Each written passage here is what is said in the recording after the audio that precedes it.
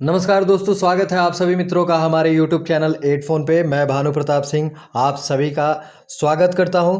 तो दोस्तों, हम बीपीएससी के प्रीवियस ईयर्स के पॉलिटी के क्वेश्चंस कर रहे थे, भारतीय राज्य व्यवस्था के क्वेश्चंस कर रहे थे। आज हम करेंगे बीपीएससी 63rd के पॉलिटी के क्वेश्चंस।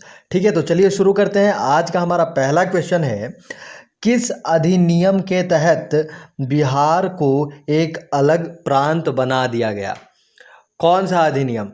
आपके पास ऑप्शंस हैं। ऑप्शन ए 1935 का भारत सरकार अधिनियम, 1919 का भारत सरकार अधिनियम, या फिर 1909 का इंडियन काउंसिल एक्ट, या फिर 1947 का भारतीय स्वतंत्रता अधिनियम, या फिर उपयुक्त में से कोई नहीं, उपयुक्त में से एक से अधिक।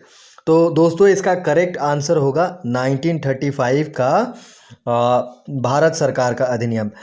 तो Bihar becomes a separate province by the Government of India Act 1935, and before that Bihar, Odisha and Bengal were the same province.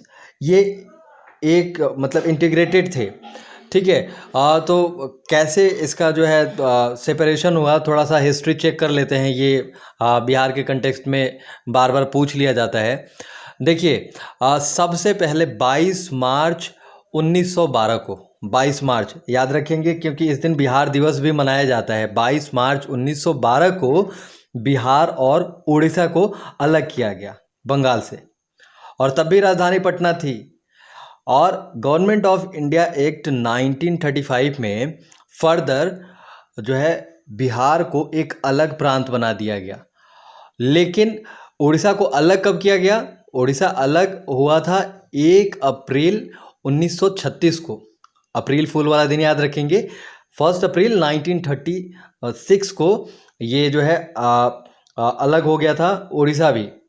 और उसके बाद भी बिहार से झारखंड अलग हुआ है, ये भी आपको पता होगा। कब हुआ था? 15 नवंबर सन 2000 में। तो ये क्वेश्चन भी पूछा गया है। तो बिहार से रिलेटेड जो भी इसका सेपरेशन हुआ है, ये बार बार पूछा जाता है। तो यहाँ पे करेक्ट आंसर होगा option A, government of India Act 1935।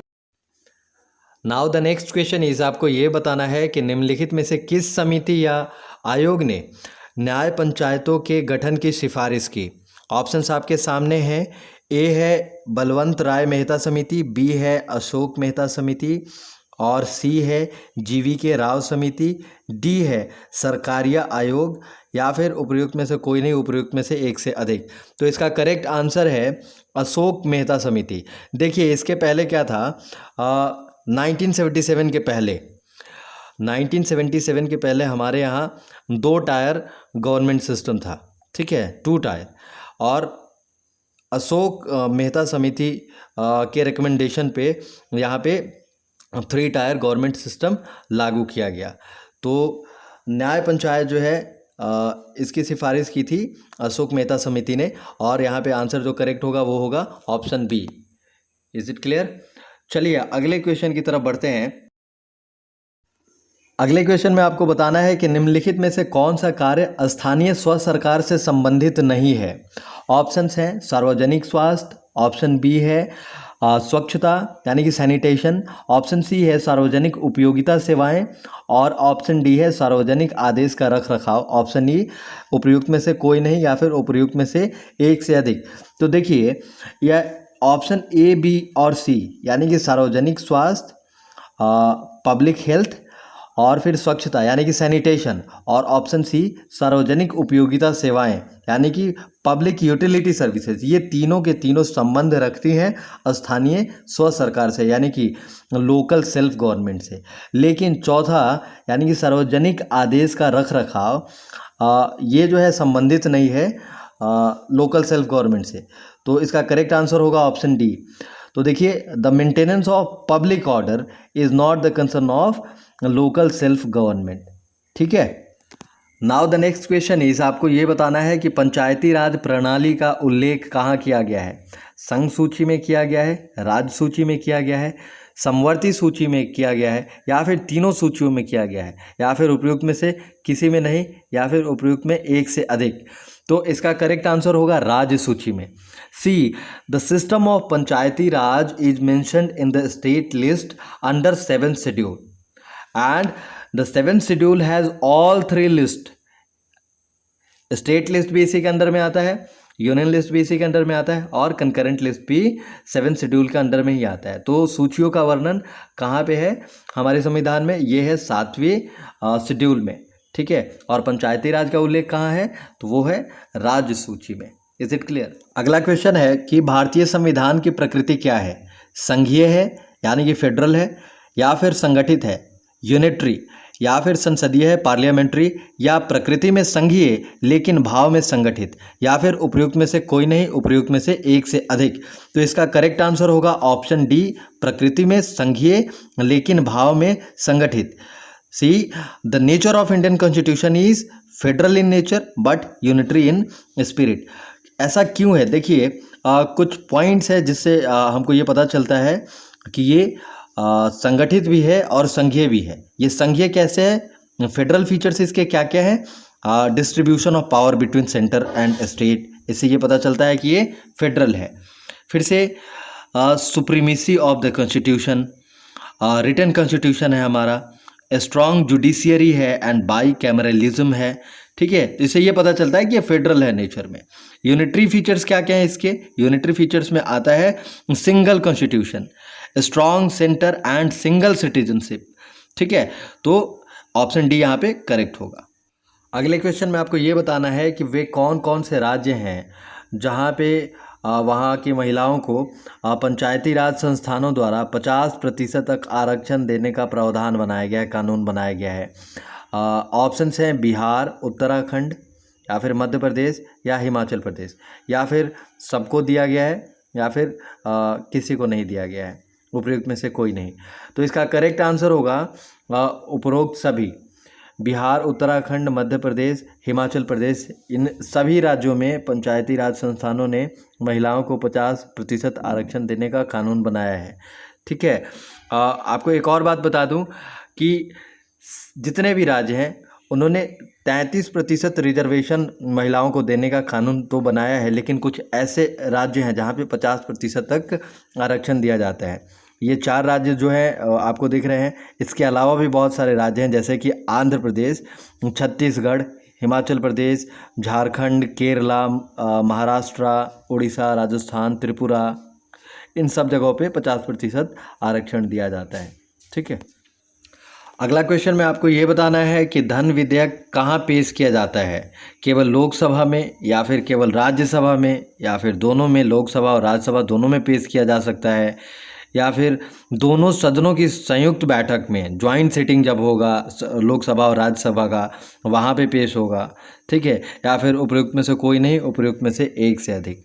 तो देखिए आर्टिकल 110 में मनी बिल की जो है चर्चा की गई है, और मनी बिल जो है केवल लोकसभा में ही पेश किया जा सकता है। The money bill can be only presented in the Lok Sabha and article 110 of the Indian constitution talks about the money bill, ठीक है। और कोई बिल मनी बिल है कि नहीं ये कौन तय करता है? It is up to the decision of speaker of the Lok Sabha, okay. तो ये था करेक्ट आंसर। इसका क्या होगा? Option A. ये इसको कहाँ पे पेश कर सकते हैं? केवल लोकसभा में। अगले क्वेश्चन में आपको बताना है कि भारतीय सर्वोच्च न्यायालय के न्यायाधीशों की नियुक्ति कौन करता है, ठीक है। ऑप्शन है प्रधानमंत्री, या राष्ट्रपति, या फिर भारत का मुख्य न्यायाधीश, या लोकपाल, या फिर उपयुक्त में से कोई नहीं, उपयुक्त में से एक से अधिक। तो इसका करेक्ट आंसर होगा राष्ट्रपति। द जजेस of the supreme court are appointed by the president. और इससे जुड़ा जो आर्टिकल है, आर्टिकल 124 एक्सप्लेन्स दैट द जज of the supreme court shall be appointed by the president. और वो अपना सील करते हैं, साइन करते हैं, उसके बाद उनकी नियुक्ति हो जाती है। और ये अपना रेजिग्नेशन किसको देंगे? He also gives his resignation to the president, यानी कि उनकी नियुक्ति भी प्रेसिडेंट ही करते हैं और वो अपना त्यागपत्र भी प्रेसिडेंट को ही देते हैं, ठीक है। तो इसका करेक्ट आंसर होगा ऑप्शन बी। नेक्स्ट क्वेश्चन में आपको बताना है कि भारत के प्रधानमंत्री किसके प्रति उत्तरदायी होते हैं? मंत्रिमंडल के प्रति, या फिर राष्ट्रपति के प्रति, या फिर लोकसभा के प्रति, या राज्यसभा के प्रति, या फिर उपयुक्त में से कोई नहीं, उपयुक्त में से एक से अधिक। तो इसका करेक्ट आंसर होगा लोकसभा। ठीक है, the prime minister of India is responsible to the Lok Sabha and article 75 of the Indian constitution says that PM is being the head of the council of minister is collectively responsible to the लोक सभा। ठीक है, तो यहाँ पे option जो है C correct होगा, वो लोकसभा के प्रति उत्तरदायी होते हैं। और इससे रिलेटेड आर्टिकल जो इंपॉर्टेंट आर्टिकल है वो है आर्टिकल 75। ठीक है, अगले क्वेश्चन में आपको बताना है कि राज्यसभा के पदेन सभापति कौन कहलाते हैं। राष्ट्रपति, उपराष्ट्रपति, प्रधानमंत्री। तो मुझे पता है कि आप सभी को आंसर मालूम है, इसका करेक्ट आंसर है उपराष्ट्रपति। The vice president of India is the ex officio chairman of Rajya Sabha. और एक इनसे जुड़ा हुआ आर्टिकल है, वो क्या है, article 63 of Indian constitution states that there shall be vice president of India. देखिए, उपराष्ट्रपति जो हैं वो किसी भी सदन का, चाहे निचला सदन हो, उच्च सदन हो, लोकसभा या राज्यसभा, ये किसी के सदस्य नहीं होते। ठीक है, और लेकिन फिर भी ये राज्यसभा के सभापति होते हैं, पदेन सभापति इसीलिए कहा जाता है। ठीक है, आपने देखा होगा लोकसभा में जो सभापति चुने जाते हैं, जो स्पीकर चुने जाते हैं, वो लोकसभा के सदस्य ही होते हैं, लेकिन राज्यसभा में ऐसा नहीं होता। ठीक है, तो ये दो चीज़ें याद रखिएगा कि पदेन सभापति राज्यसभा का किसको कहा जाता है, वाइस प्रेसिडेंट को, और हमारे संविधान में एक उपराष्ट्रपति भी होगा, वाइस प्रेसिडेंट होगा। ये किस आर्टिकल में लिखी गई ये बात, आर्टिकल 63। Is it clear? आगे बढ़ते हैं। अगले क्वेश्चन में आपको बताना है कि संसद के सदस्य की न्यूनतम आयु क्या है। 18 वर्ष है, 21 वर्ष है, 25 वर्ष है, या फिर 30 वर्ष है। तो देखिए, सबसे पहले आपको ये जानना होगा कि संसद होता क्या है। संसद में देखिए 3 चीज़ें आती हैं, एक तो लोकसभा, दूसरा राज्यसभा, और तीसरा राष्ट्रपति खुद। तो इन तीनों के मिलने से संसद का निर्माण होता है। तो आपने देखा होगा कि राज्यसभा के लिए न्यूनतम, राज्यसभा का सदस्य बनने के लिए न्यूनतम आयु सीमा कितनी है, 30 वर्ष है।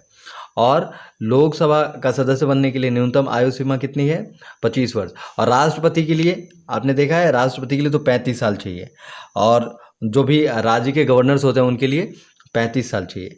तो इसका करेक्ट आंसर क्या होगा, लोकसभा का सदस्य जिनकी न्यूनतम आयु सीमा कितनी है, 25 वर्ष। तो इसका करेक्ट आंसर होगा option C. Now the next question is, आपको ये बताना है कि सर्वोच्च न्यायालय के न्यायाधीशों की सेवानिवृत्ति की आयु क्या है, वो कब रिटायर होंगे। जो सुप्रीम कोर्ट के जजेस हैं उनके रिटायरमेंट का जो एज है वो क्या है। 60 वर्ष में वो रिटायर्ड होते हैं, कि 62 वर्ष में हो जाएंगे, कि 65 वर्ष में, कि 70 वर्ष में, कि ऊपर जितना भी दिया गया वो गलत है। देखिए, इसका करेक्ट आंसर है 65 ईयर्स।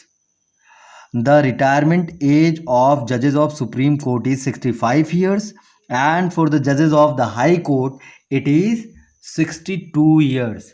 तो देखिए, सुप्रीम कोर्ट ज़्यादा है तो यहाँ पे ज़्यादा होगा, यानी कि 65 साल। हाई कोर्ट सुप्रीम कोर्ट से कम है तो यहाँ पे उनके जजेस की रिटायरमेंट की एज जो है वो भी कम होगी, 62 साल होगी। ऐसे भी याद रख सकते हैं।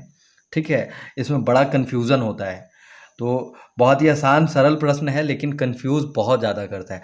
तो सुप्रीम कोर्ट के जजेस के रिटायरमेंट का जो एज है वो है 65 ईयर्स, और हाई कोर्ट के जजेस किस एज में रिटायर होते हैं, 62 ईयर्स में। ठीक है, नेक्स्ट क्वेश्चन है कि केंद्र सरकार का उच्चतम लोक सेवा पद कौन सा है। महान्यायवादी, मंत्रिमंडल सचिव, गृह सचिव, वित्त सचिव, या फिर उपयुक्त में से कोई नहीं, उपयुक्त में से एक से अधिक। तो इसका करेक्ट आंसर क्या होगा। देखिए, लोक सेवा पद बताना है आपको। तो आपने देखा होगा कि यूनियन पब्लिक सर्विस कमीशन, संघ लोक सेवा आयोग से चुने जाते हैं जो लोग, वो पहले क्या बनते हैं, आईएएस बनते हैं, आईपीएस बनते हैं, ऐसे। तो जो आईएएस होते हैं वो फर्दर प्रमोट होके उनको सचिव बनाया जाता है अलग अलग मंत्रालय में। ठीक है, जैसे होम मिनिस्ट्री में बनाया जाएगा तो वो गृह सचिव कहलाएंगे। फाइनेंस मिनिस्ट्री में उनको यदि सचिव बनाया जाएगा प्रमोशन के बाद तो वो वित्त सचिव कहलाएंगे। लेकिन यहाँ पे पूछ रहा है कि लोक सेवा का उच्चतम पद कौन सा है? उच्चतम, तो ये है मंत्रिमंडल सचिव, यानी कि जितने भी मंत्रालय हैं उस कैबिनेट का एक सचिव होगा। तो देखिए इसका करेक्ट आंसर होगा option B, the highest civil service office of the central government is cabinet secretary.